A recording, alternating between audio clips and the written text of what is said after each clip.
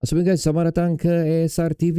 So, perkongsian kali ini aku ingin membawa anda untuk melihat dua benda yang telah berlaku yang berkaitan dengan Sabah FC. Pertama sekali adalah launching of official kit of Sabah FC yang berlaku di Suria Sabah pada 5 hari bulan tempoh hari. Dan seterusnya adalah kemenangan yang dimiliki oleh Harimau Melaya waktu menentang Singapura sebanyak 2-1. Individu terbesar yang terlibat untuk mencatatkan kemenangan tersebut adalah Stuart Wilkin. So, kenapa aku membincangkan benda ni? Kerana ada satu perubahan yang cukup besar yang telah dilakukan oleh Peter Shamolski untuk kemenangan ini dan juga melibatkan Stuart Wilkin. Dan adakah perubahan tersebut boleh diguna pakai untuk Sabah FC? Itu adalah dua benda yang ingin aku bincangkan. Tapi sebelum tu, iklan sekejap guys seperti biasa. Untuk anda yang belum lagi subscribe SRTV, sila tekan butang subscribe dan butang notification agar anda tidak ketinggalan untuk mendapat perkongsian dan tidak ketinggalan untuk perkongsian yang seterusnya. Dan sekiranya anda ingin menjadi member SRTV, anda boleh lakukannya sekarang dengan hanya buat pembayaran RM5 bagi tiap bulan, di mana anda akan dapat menggunakan emoji, stiker yang berbeza daripada orang lain. Banyak sudah aku saksikan untuk subscriber SRTV ini, banyak sudah menggunakan stiker tersebut. Dan ianya akan membuatkan anda lebih lain daripada komentar lain lah, di mana anda mendapat stiker di sebelah nama anda tu berapa lama sudah anda menjadi member SRTV. Okay, so jom kita mulakan kepada cerita yang pertama, di mana ini adalah perkongsian daripada dailyexpress.com.my bertajuk Rhinos Launch Official Kit. 5 hari bulan sekali lagi di di Suria Sabah.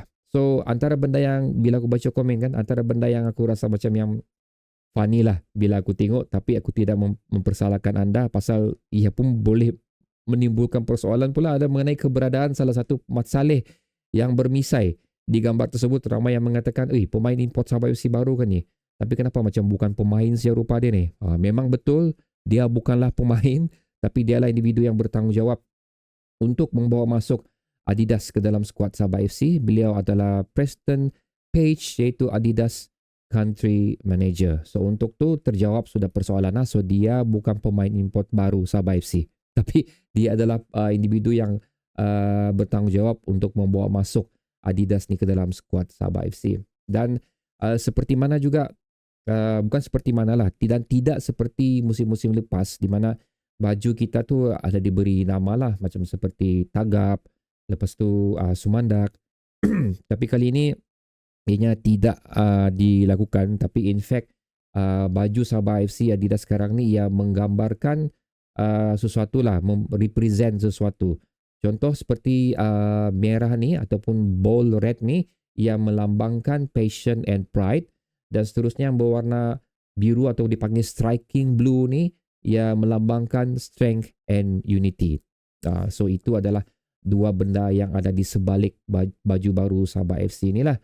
So antara benda yang ingin aku kongsikan kepada kamu juga, bagi aku benda ni tidak asing lah sekiranya Adidas menjadi sponsor utama untuk baju Sabah FC, seperti mana juga pada musim-musim sebelum ni, di mana tidak terdapat keunikan di baju tersebut. Contoh seperti Lotto, kalau kamu perasan bagi tiap musim tu ada saja keunikan baju tersebut, baik di collar, baik dari segi cara sulaman baju tu ada melambangkan ciri-ciri Sabah FC. Tapi kali ni ia cuma plain red, plain blue.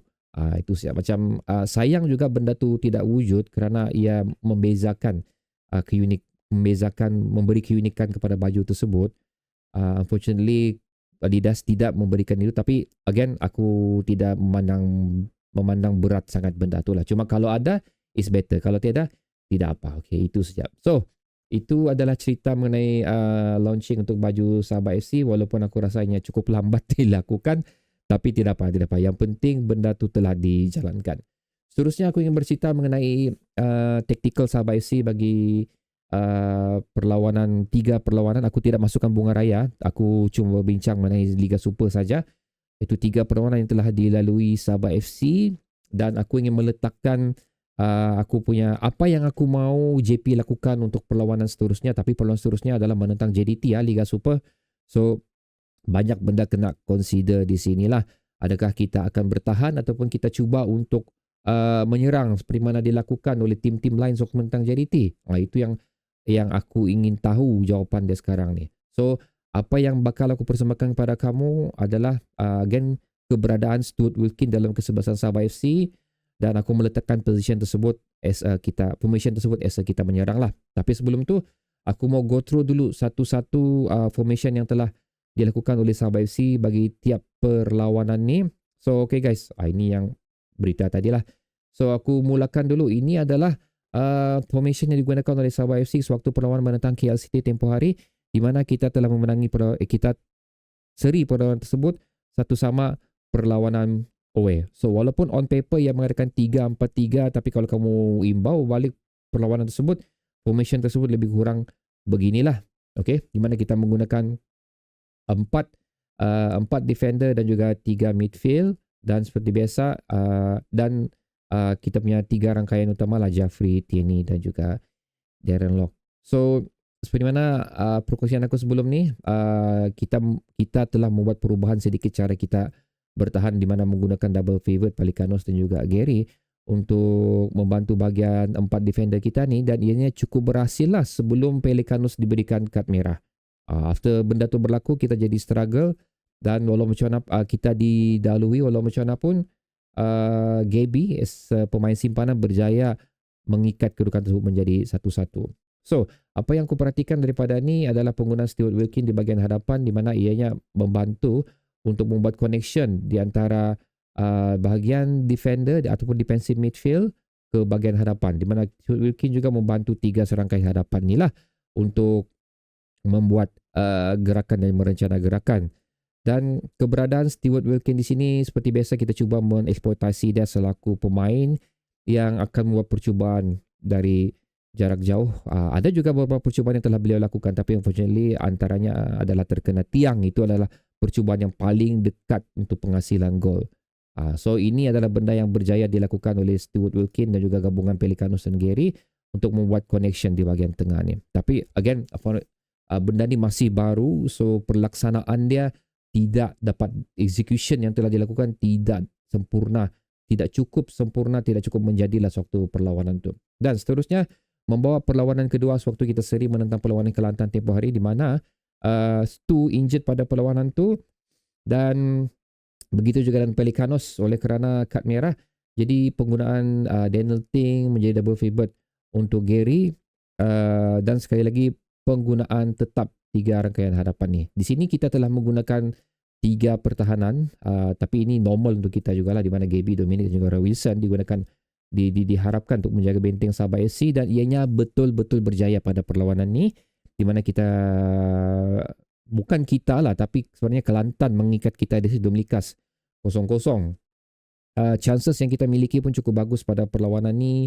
Ada juga beberapa yang mampu untuk membolosi gawang Kelantan, tapi again nasib tidak memiliki kita pada perlawanan tu. Tapi again, apa yang cuba aku ceritakan pada kamu ni adalah struktur pertahanan kita memang cukup kuat. Dan Inham di sini, aku belum sentuh Inham lagi lah.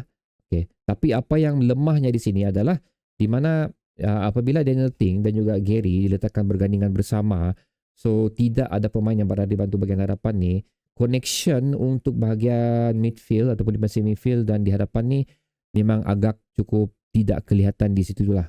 Okay, di mana banyak dominasi dilakukan di bahagian tengah, lebih dimiliki oleh Kelantan juga dibandingkan Sabah FC. Aku telah berbincang kepada anda percentage perlawanan ni di mana ianya lebih dimiliki oleh Kelantan, dan itu adalah reason yang aku rasakan kenapa benda tu telah terjadinya kerana tidak ada connection di bahagian tengah ni. Dan seterusnya kita beralih ke perlawanan seterusnya, di mana ini sewaktu menentang Melaka, kita seri pada perlawanan tersebut.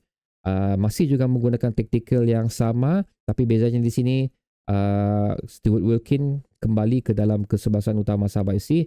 Walaupun kita lebih memerhatikan benda tu begini, tapi oleh kerana adanya Stuart Wilkin, di mana dia mempunyai bila orang attacking minded lah jika dibandingkan dengan Gary, Daniel Ting dan juga Pelicanos, membuatkan dia juga individu yang bertanggungjawab untuk membantu bahagian serangan Sabah FC. Dan Gary, aku lebih perhatikan dia adalah single individu yang membantu untuk mempertahankan lebih awal kubu Sabah FC pada perlawanan ni. So itu maksud aku, apabila benda ni terjadi sekali lagi ada Wilkin, ada wujud connection di dalam defensif dan juga tengah dan terus ke serangan Sabah FC. So, apa yang ingin aku bawa anda lihat di sini adalah apabila wujud ataupun adanya connection yang berlaku di bahagian tengah Sabah FC ni, perlawanan tersebut kita akan dapat gol. Okey, contoh sekali lagi, ini adalah tactical sewaktu Sabah menentang KL 1-1. Tidak ada connection di bahagian tengah, tidak ada Stu ataupun Sifu, lebih kurang begitu, 0-0. Kembalinya Stuart Wilkin ke bahagian tengah, 1-1. So ini yang cuba aku kongsikan kepada anda lah, membawa anda untuk melihat mengenai kepincangan di bahagian tengah Sabah FC ini dan of course kebergantungan kita kepada Stu Wilkin yang walaupun tidak membantu secara langsung, tapi keberadaan beliau membuatkan kita boleh untuk menjaringkan gol. Antara benda yang aku sentuh di sini of course adalah Inham di sini kerana ini akan membawa ke cerita yang seterusnya. Inham again lah, seperti aku katakan, dia ni attacking, dia ada merupakan wing back yang mempunyai attacking minded yang cukup bagus. Dia tahu bila untuk berada di atas, bila perlu untuk membuat larian. Tapi unfortunately kadang-kadang dia punya vision tu tidak berapa menyerlah lah di bahagian sini, di bahagian beliau ni. Okay, dikenakan lagi sewaktu perlawanan menentang Melaka tempoh hari, one touch, Melaka ke Kelantan tu, one touch dia memang out gila guys. Ada 2-3 opportunity yang sekiranya one touch yang cukup bagus melekat boleh dilakukan oleh Inham, ianya akan memberi ianya mungkin boleh akan menghasilkan gol pada perlawanan tersebut. Tapi again, aku nak tahu apa masalah Inham untuk benda-benda sebegini ni. So, adakah pressure yang telah dimiliki oleh beliau tu, yang kesilapan-kesilapan yang telah dilakukan oleh beliau memberikan pressure kepada beliau yang mengganggu sikit mental beliau? Itu kita tak pastilah. Jadi, di manakah ubatnya benda ni sekiranya perlu dilakukan, especially untuk menentang Johor?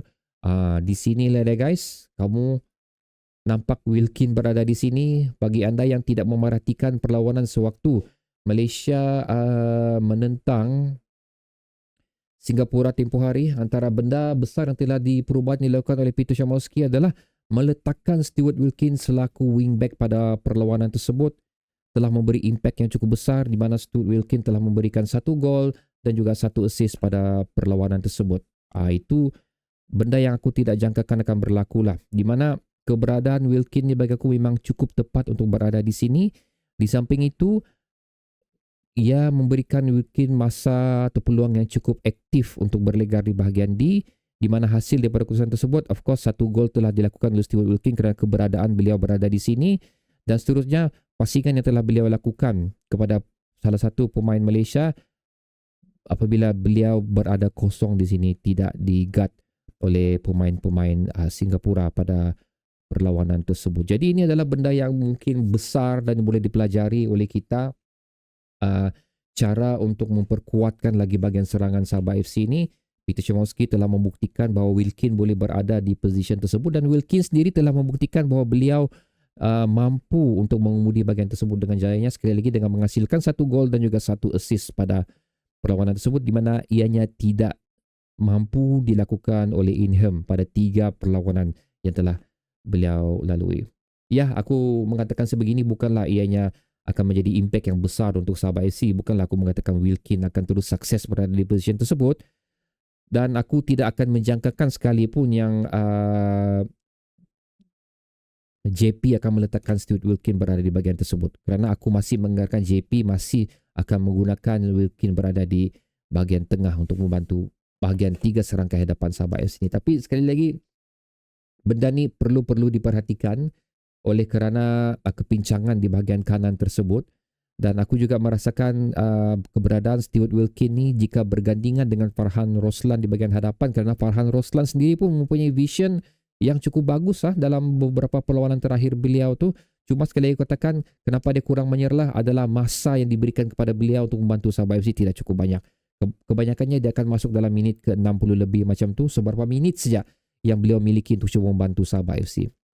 So di sini aku mengharap dan ingin melihat Wilkin diletakkan di position tersebut.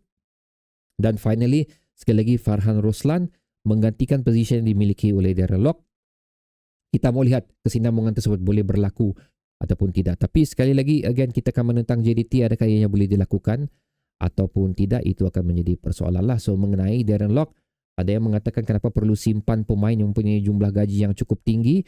Pemain yang mempunyai jumlah gaji yang cukup tinggi patut berada di atas padang. Persoalannya sekarang, adakah dia cukup efektif untuk berada di bahagian tersebut. Sekiranya ianya diletakkan, Darren Lock diletakkan as a striker, aku setuju, tapi sekarang ni dia lebih digunakan as a wing. Bagi aku, wing dia kurang menyerlah.